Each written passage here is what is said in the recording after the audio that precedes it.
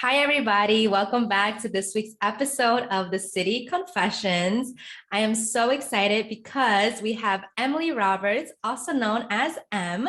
She is a content creator, a podcast host, the co-founder of Monday Network, and she is an American living in living in London. I was going to say living in New York. She's an American living in London. So I'm so excited to chat with you. So hi, Emily. How are you? Hi, thank you so much for having me. I'm really excited to chat with you. And it's so nice because I feel like I've just seen you. You were over in London like pretty recently. So that was amazing. And it's nice to reconnect with you here. Yeah, absolutely. So why don't you introduce yourself? Tell us who you are and what you do, and why the hell are you in London right now? I love it. Well, thank you for the introduction. So, as Marianne said, I am a content creator, podcaster, started a new network called Monday Network, which I know we're going to dive into. I'm an American living in London. I've been over here for 5 years, and we can kind of get into all of that, how, the who, what, where, and why. But yeah, that's who I am. I'm a mom. I have a 2-year-old son named Parker. And yeah, that's kind of like on a high level. Yeah. First of all, I love Parker's name. I think it's like just such a cute, perfect baby boy's name. So yeah, Thank just you. wanted to mention that. Thank you. Thank you. My husband actually picked it out, which I'm shocked. So we went with it and it suits him. It suits him very well. He's a very active little boy. Mm-hmm. Okay. So I know that you started blogging. Was it specifically in 2015 when you started the Lipstick Fever?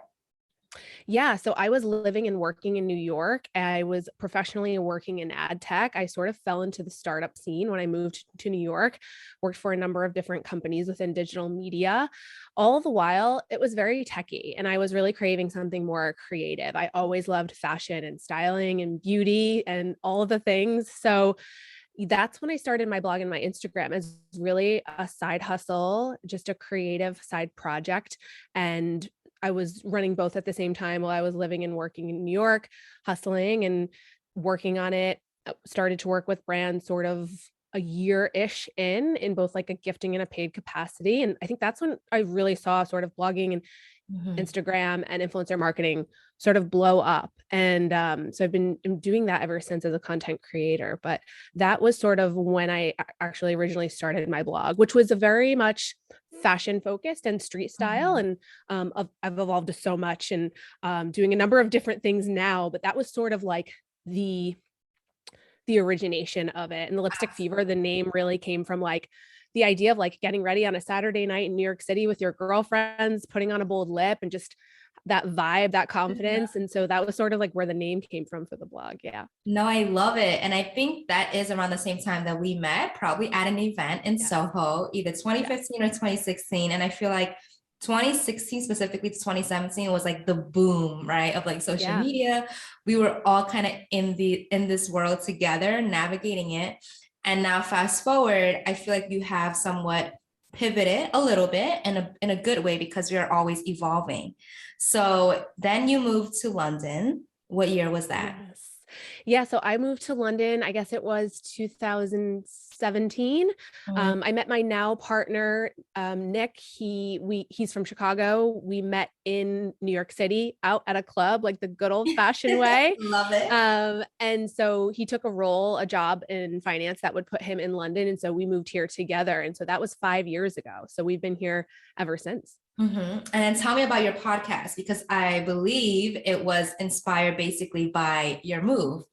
Yes, absolutely. So yeah, when I came over here 5 years ago, I didn't quite know what I was going to do in the sense of, was I going to pursue my Instagram and my blog full time as a content creator, or was I going to look for full-time jobs? So it was sort of like a huge transformative period in my life. Ultimately, I decided to go full-fledged content creation, doing that full time, working with brands both in the US and then in the UK, being that my audience was really built in New York. Right. So it took some time, and it was definitely a slow burn. But so I decided to just go for it and work for myself. Now, I would say a year or two into living here, I was networking like crazy. I was trying to, build a new network for myself, being that I didn't know anybody when I came over here.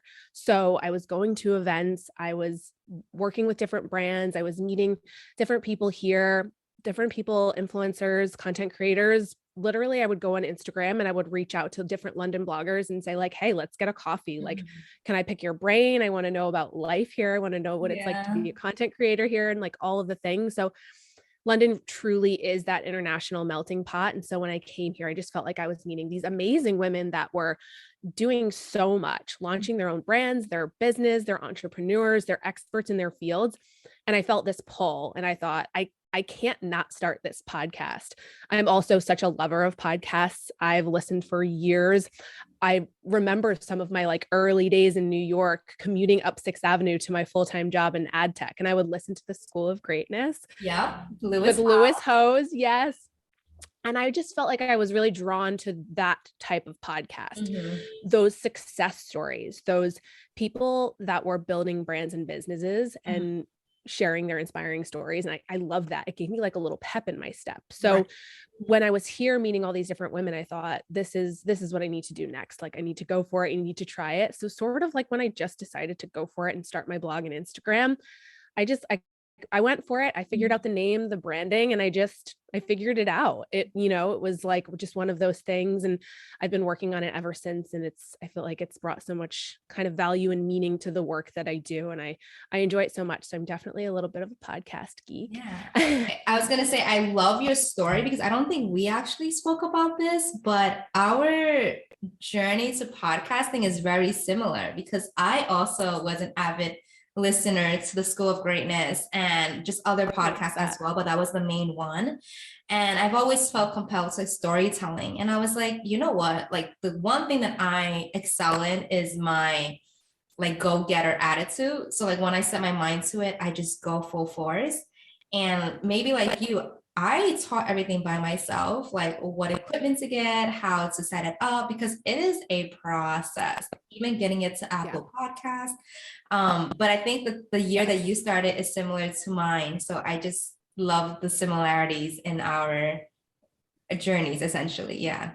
I know it is so funny. And I definitely see that like go-getter in you. And that makes so much sense. But it was so funny when you came over to London a couple months ago, we had really reconnected because we had kept up with each other on Instagram. But like you said, like, I don't think either of us realized like we have these podcasts that actually have such similar premises. And I found that so fascinating too. And you're right. You kind of go for it. You figure it out as you go. And I think you might be similar to me in that you've been creating content for years. And I remember like when you and I met, we would all shoot each other's outfits on New York. And we would be out and about shooting our, street style. And that was all well and good and amazing and fun. And I still share style, a little bit more beauty and skincare, but I still share those things. But I felt like I was ready to share something different and something with more value and meaning. And I think, again, going back to podcasting, I think you can really tell the full story of somebody or somebody's brand. And I love that. So this is a perfect segue to Monday Network. And it's so funny because as we mentioned in our meeting back in December in London, you kind of told me about this idea. And again, I just believe like timing in life is everything. So tell us what Monday Network is. Yeah, so Monday Network is a female-focused international podcast network geared towards self-development. So the story behind Monday is, 5-6 months ago, I sat down with one of my really good friends here, Kirsty Rayner. She's a life coach, she's a meditation expert, and she's another podcaster in the space as well. And so we sat down and we had like just a little podcast brainstorm with each other. And we felt like we're so siloed as creators and podcasters. And we both know like the power of collaboration. That's something that I think has proven to be huge throughout my entire journey with all of this. And even my professional career in ad tech, like collaboration, networking, coming together with other people is so, so key. And so we decided we're like, we need to create this collective of like-minded hosts and shows. where self-development comes in, I think, is something that we're both passionate about. And I think our shows each represent something very different in self-development, whereas mine might sit a little bit more under like entrepreneurship, career motivation and inspiration, these success stories, where Kirsty's is called The Mindset in Me. So it's all about the mindset to making those sort of big transitions in life. And there's a meditation in each episode. And so I feel like over the last couple of years, especially like self-help, self-development, all of those things, mental health struggles and challenges with mental health has really come to the surface. And we aren't afraid to share, I think, more and more around that. And so that's really the premise behind the network. And so we want to create a hub of like-minded shows and content that are all really value-driven. So you're going to leave with a piece of advice or some kind of tangible takeaway from all of our shows. And The City Confessions is one of our shows on the Monday Network. So we're really excited to have you. And we've launched with 5 other shows, and we're going to continue growing. We're really keen on just creating beautiful, amazing content around all of our shows.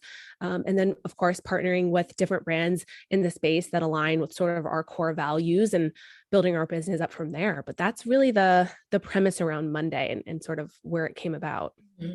It's so funny because when I hear you describe what Monday Network is, like I'm sitting back, and even if I wasn't part of it, I'm like, wait, that's so like aligned with like the values. And sometimes when you're starting out with a podcast, I just go about it, right? I'm doing it. But then when I take a step back and I look at the seasons and the episodes and my guests, and then I think about the current themes and the common themes, I'm like, wait, self-development is such a big one. It's like the core of everything. So it's so funny that it's a big topic, but everybody has a different take on it. And that's like what I love. Yes.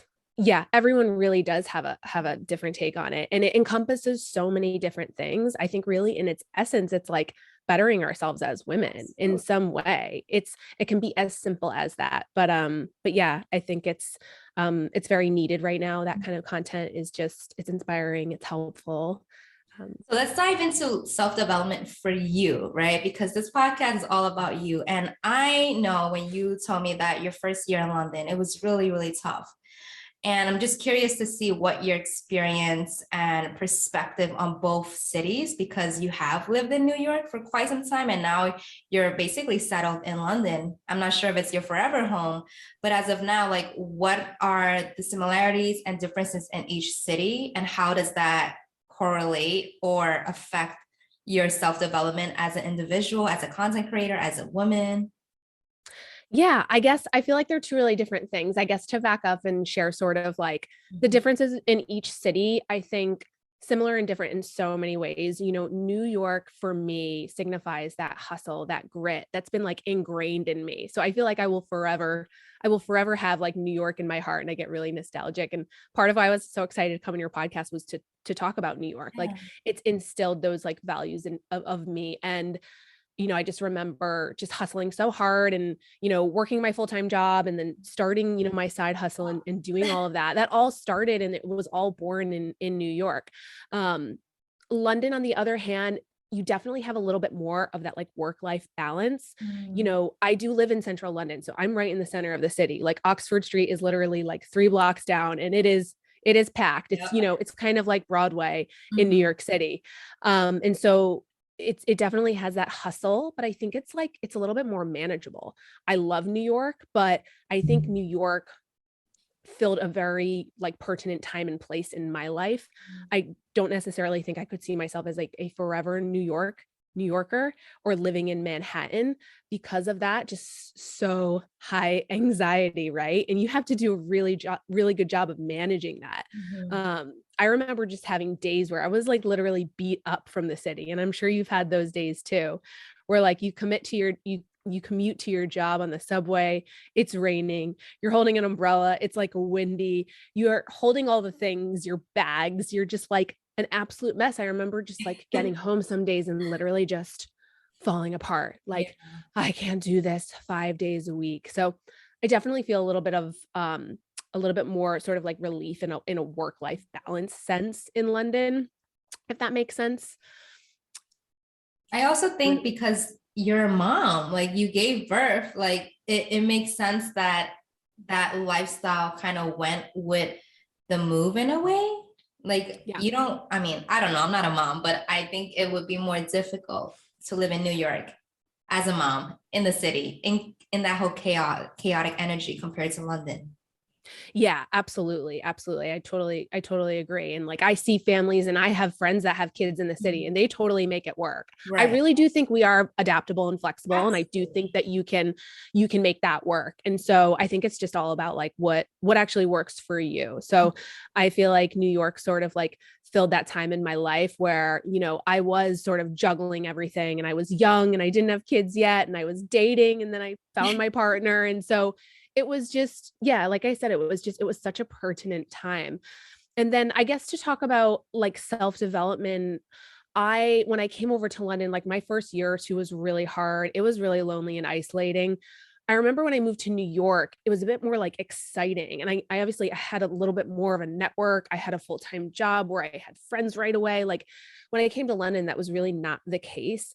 And then of course your friends and family they're far away. And not only it's like the distance, it was like I remember waking up in the morning in some of like my early days in London and just feeling like, oh, I just really want to talk to my mom. It'd be like 9 a.m. And I'm like, I gotta wait 5 more hours for her to like, be up and have that connection just even on the phone or a FaceTime or something like that. And so I feel like it took a while to find my footing in London. Like I would say it took almost a year or two to build a network for myself, both professionally and on a friend's level. Like all I wanted was to like be able to call up a girlfriend and go grab like a coffee and just chat and vent and, talk about everything. And, it just took time to meet those people. And of course I had my partner and he Right. had some coworkers and we knew some other Americans that were here, but I think all of that took time. And so I think another thing, and I've talked about this a lot on different podcasts, is therapy has been really therapy has been really therapeutic.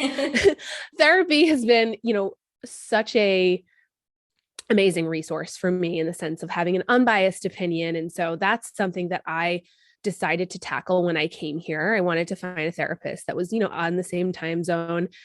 She was in Marylebone. We clicked. It worked out so well. And I still see her to this day. Every other week we get on a Zoom. And it's just been a nice resource to have. And just that support has been really amazing. And I think like, again, just living abroad does come with its challenges there emotionally. And so that was something that I needed. And so I decided to seek that out for myself. And it's been a great tool and I couldn't recommend it more. Yeah. I feel like you read my mind because when I was hearing you speak about like it took about 1 to 2 years, and I'm like, wow, like when people hear that, they might glance over it. But if you actually think about how long, I guess time is relative, but I'm like, wow, that's a long time, right? To kind of figure it out and like be in a city where you don't really feel like home and Mhm. have like home is such a big concept. It's like what grounds you, right? Mhm. And then I was gonna say like what really helped you through it, but then you answered therapy. So I was like, that makes so Yeah. much sense because I'm such an advocate for therapy as well. Yeah. So Yeah. And I don't want the like 1 to 2 years to come off as like an intimidation if anybody's thinking about like moving abroad. I think my best advice, because I didn't do this for myself, was like, you need to just have patience. It's like baby steps.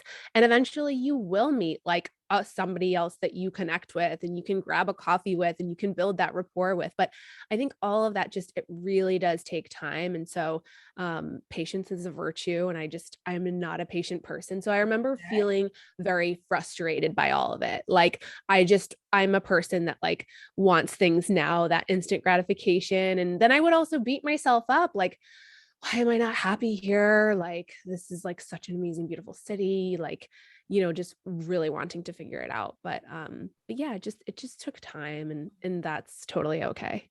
absolutely. So I know we spoke about challenges, but now I want to talk about like the flip side.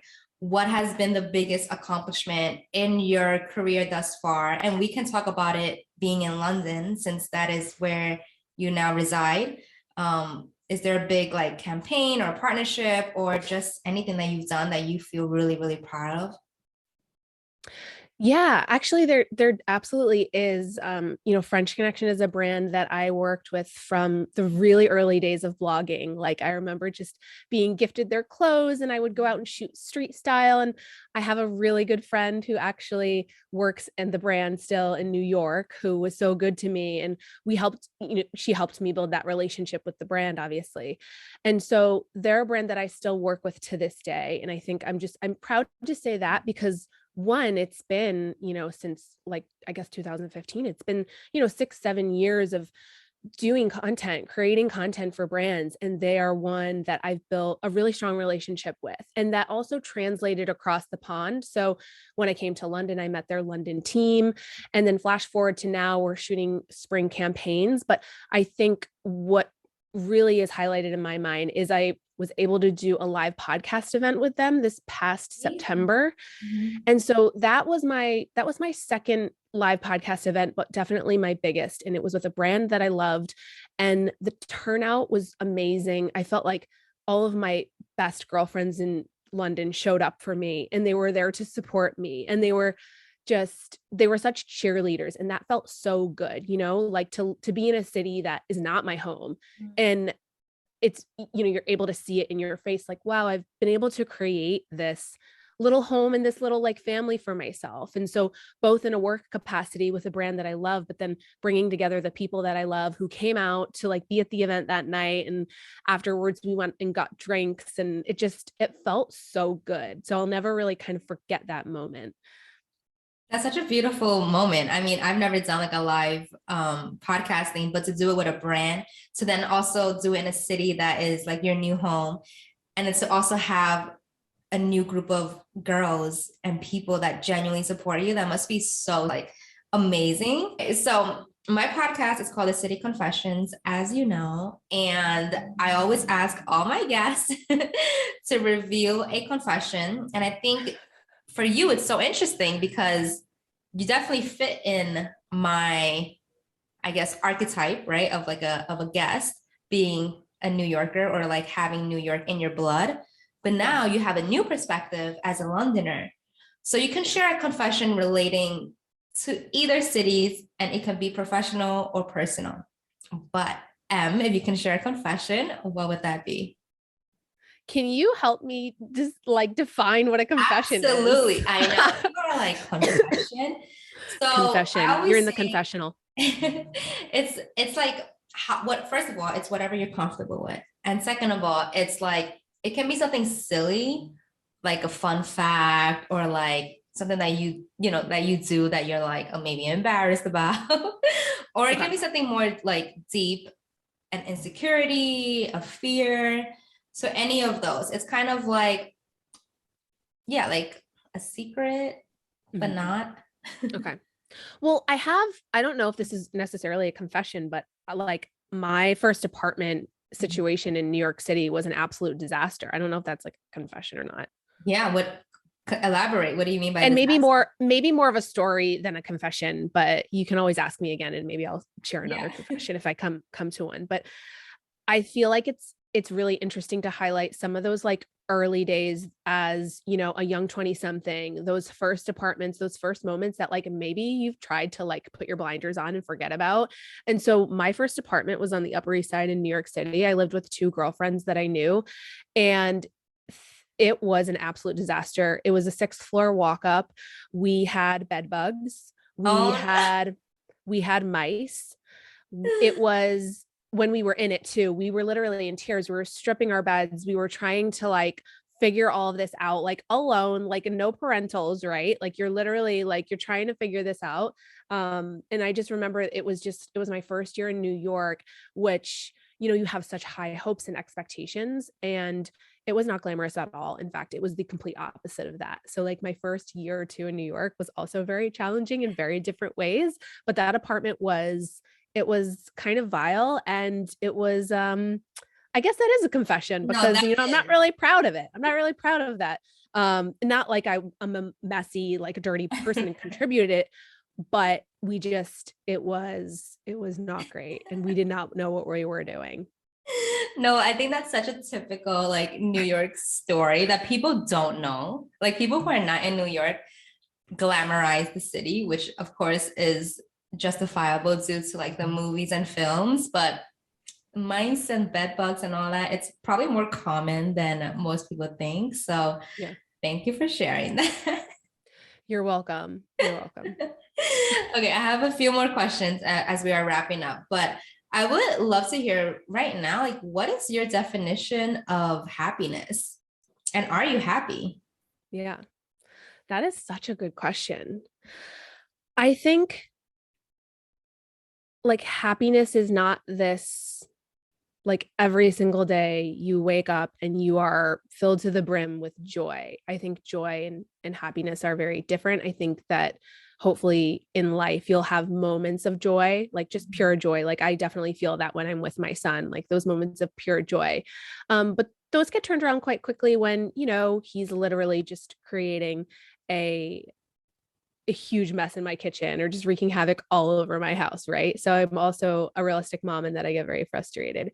I guess reason for sharing that is like happiness, I think is something that you kind of need to work on. At least for me, that's been my experience. I don't wake up just happy all the time.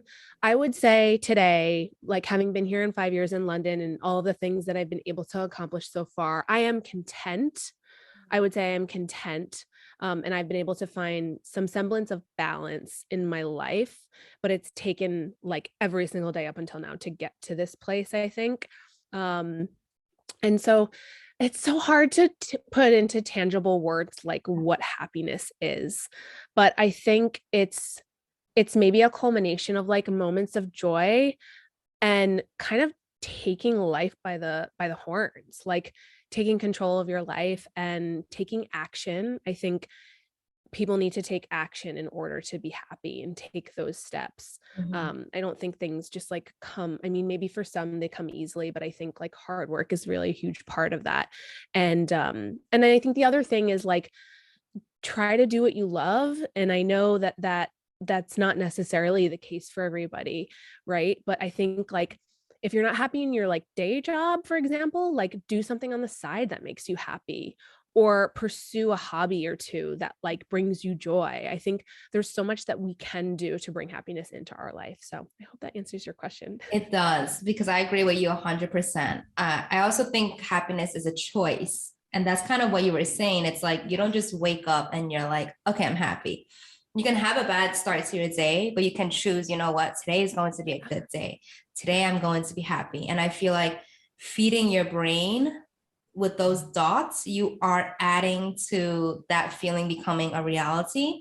And I love that you also said that it's kind of like a fleeting feeling, right? I don't think you can obviously always be happy. It's not really a state of mind or state of being, but contentness probably could be. Like it's not saying it's bad or good. It's saying that, you know what, I'm all right, you know? Yeah. So yeah, Absolutely. I love that.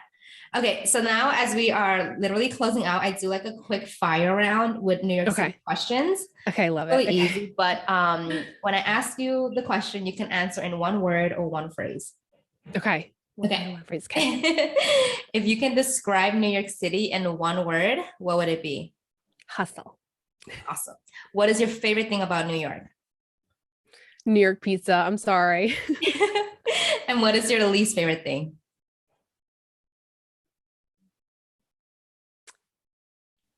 The manic nature it can sometimes feel like. And now that you're in London, and you look back in New York, like if you were to visit, what is like your go-to place? Like your first restaurant or cafe that you like need to go to?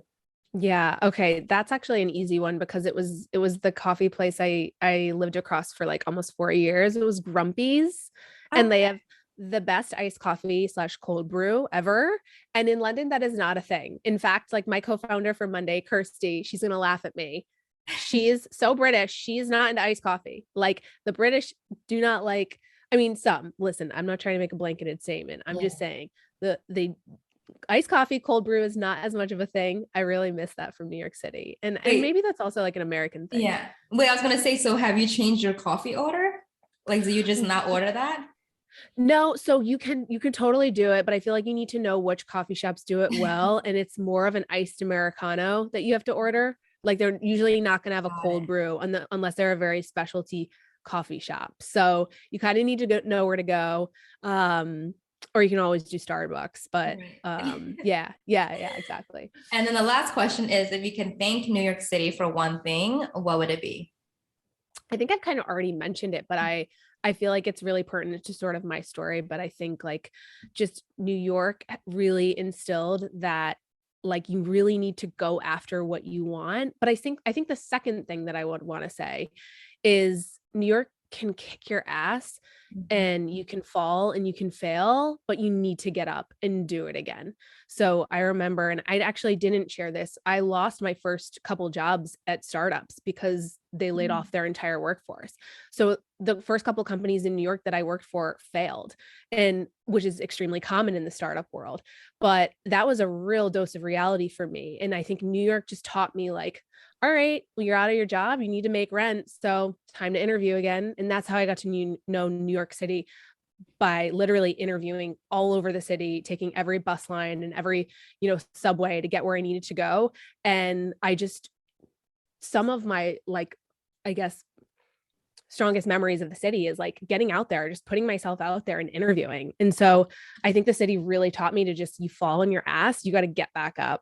Yeah, and I think that probably has something to do with you being so, I guess, proactive when you moved to London, being like, you know what, I'm going to DM everybody, I'm going to network because that's what New York, did for you. So Yeah. yeah, Yeah, totally. yeah. Totally. Okay, so now is your chance to plug away. I'm going to have all of your information in the show notes and on the description, but are you working on anything that is a secret that you want to tease? What can the world be on the lookout from you in 2022? Yeah, I mean, it's really all about Monday Network now. So for me, my main page, you can always find me at on Instagram at mroberts.m. And then my podcast is The Big Move. So you can find us on Apple and Spotify. And then Monday Network, we're on Instagram, Monday_network, and just really working hard to build this new company out and just grow this community. And so we're really excited. I love it. And to end on a high note, please tell us, what is the one thing you love most about yourself? Oh my gosh, what a lovely question. Um, One thing that I love most about myself. I think my ability to remain upbeat in sort of stressful situations. So I feel like I'm the quintessential, like I'm Emily in London. I'm not Emily in Paris, but I definitely have that sort of, I don't want to say spunk, but that enthusiasm. And I don't know if that's like an American thing, but sometimes I feel like the British see me and they're like, whoa, you need to like chill out, like seriously.